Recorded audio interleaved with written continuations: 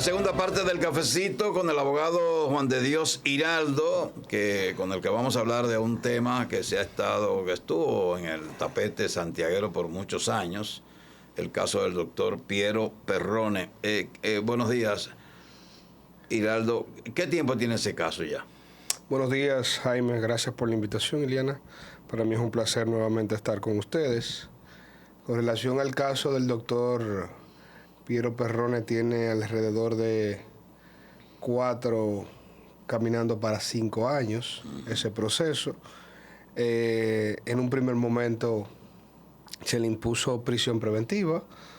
Posteriormente, en el momento de la pandemia, se varió a un localizador electrónico, que eso trajo mucho resquemor en la sociedad de Santiago, y ese caso específicamente fue suspendido el fiscal titular de Santiago en ese entonces y otra fiscal, fueron investigados y removidos de su posición. ¿Y por qué?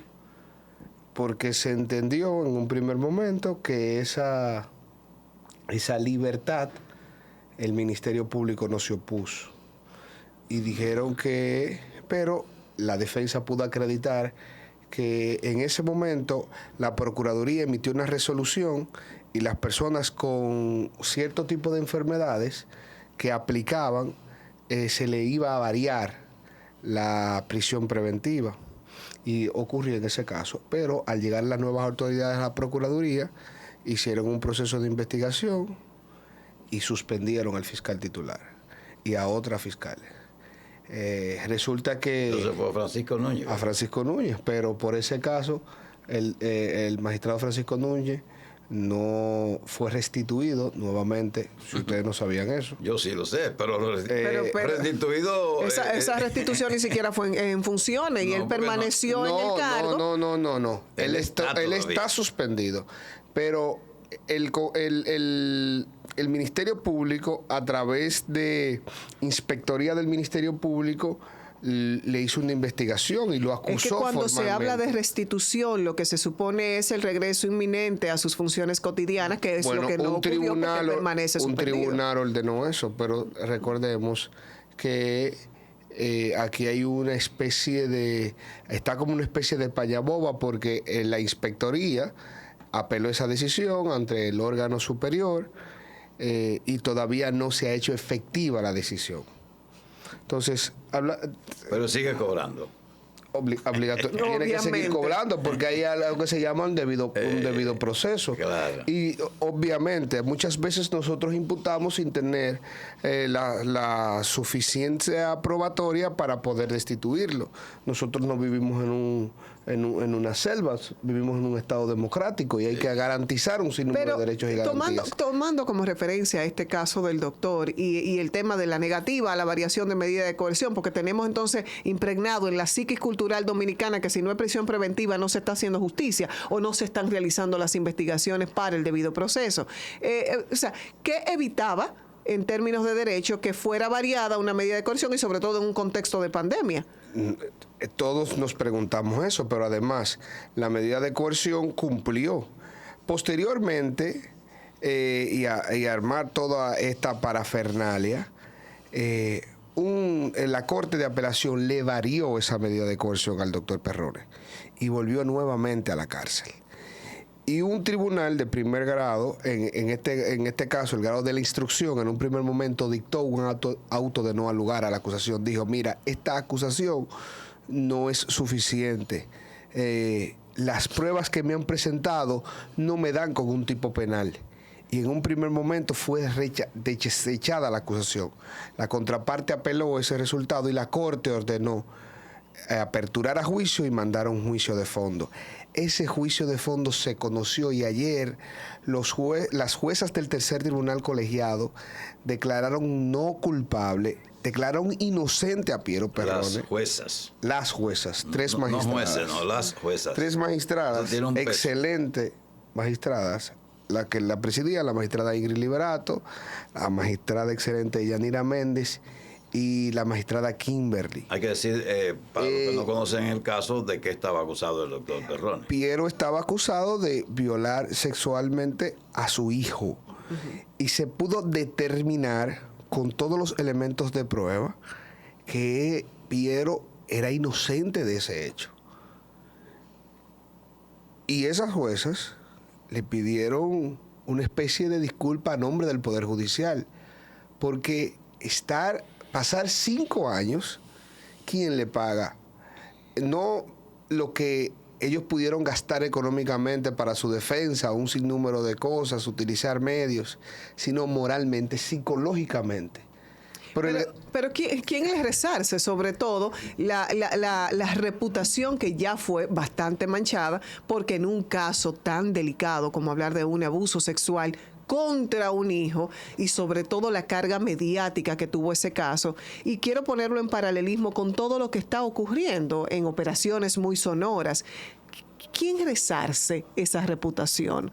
O sea, en términos judiciales, ¿pudiera haber algún proceso de contrademanda por este tipo de, no sé, en este caso por algún tipo penal de difamación, injuria o lo que quieras? Hay un tema de responsabilidad patrimonial estatal. Él pudiera, a través de la figura de la responsabilidad patrimonial, ser resarcido por el Estado Dominicano.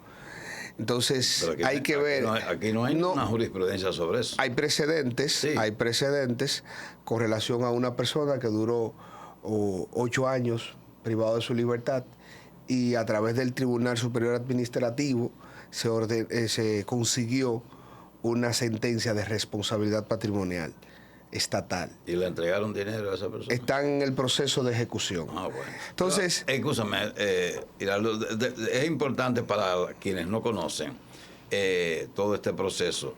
En el tribunal se comprobó que el niño había sido violado sexualmente. No se comprobó eso, porque se determinó primero que no eran las pruebas que se le realizaron. Primero, no cumplía con el criterio del prejuzgado, pero además se hizo se buscaron unos peritos expertos que determinaron un sinnúmero de cuestiones que decía el informe que no determinaban que esa persona había sido o ese niño había sido abusado sexualmente. Por ejemplo, la que emitió el informe fue una ginecóloga.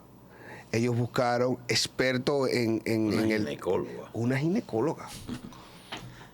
Hay que decir que quien llevó eso a todos los lugares y a todo el extremo fue la madre del niño. Ella fue la que llevó. Entonces, ellos buscaron unos testigos expertos, un sinnúmero, por ejemplo, ano infundo uniforme. Explicaron lo que era eso. Pero esto nos tiene que servir a nosotros como sociedad. En las cárceles pueden existir un sinnúmero de personas que están guardando prisión con esos mismos criterios. Entonces, primero, tenemos que reformar el INASIF o tener personas expertas para que realmente realicen un peritaje. ¿Cómo vamos a impedir que no sean manejados la persona a un niño Juan de psicológicamente? Dios, si existieran esas herramientas, que me imagino en este caso y por el nivel profesional, tratándose de igual manera de médicos, hicieron esfuerzos adicionales para poder lograr ese peritaje adicional y de expertos. Pero ¿cuántos miles de dominicanos de a pies no tienen esas garantías, no tienen esas posibilidades? Y evidentemente estamos hablando de que se hablaba recientemente de un 65% de presos preventivos en las cárceles. ¿Cuánto de ese porcentaje no estarán bajo esas condiciones con criterios mal utilizados? Ese es lo penoso de todo esto. Pero siempre hay que trazar la raya de pizarro, y tiene que haber un antes y un después, y tenemos que llamar a nuestras autoridades a que, por ejemplo, el Ministerio Público, yo aplaudo muchas cosas que hace el Ministerio Público, pero hay cosas que no están bien.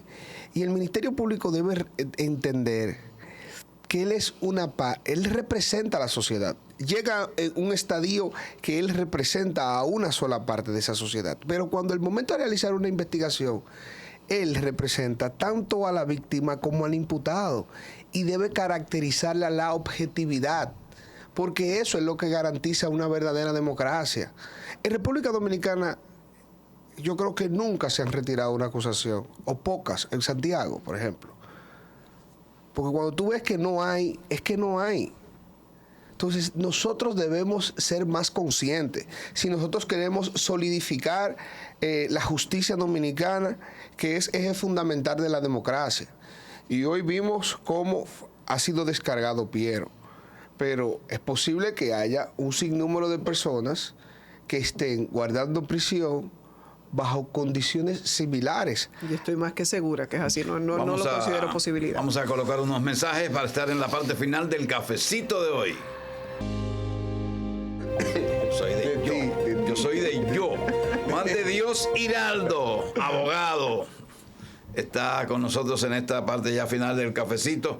Entonces, vamos a reiterar el caso del doctor Piero Perroni, que estuvo en un viacrucis jurídico por 5 largos años, mucho tiempo. Y además que en principio él no se defendió, sino que lo que se conoció fue la versión de la madre del niño, y eso le hizo mucho daño, porque la gente creyó que eso era cierto.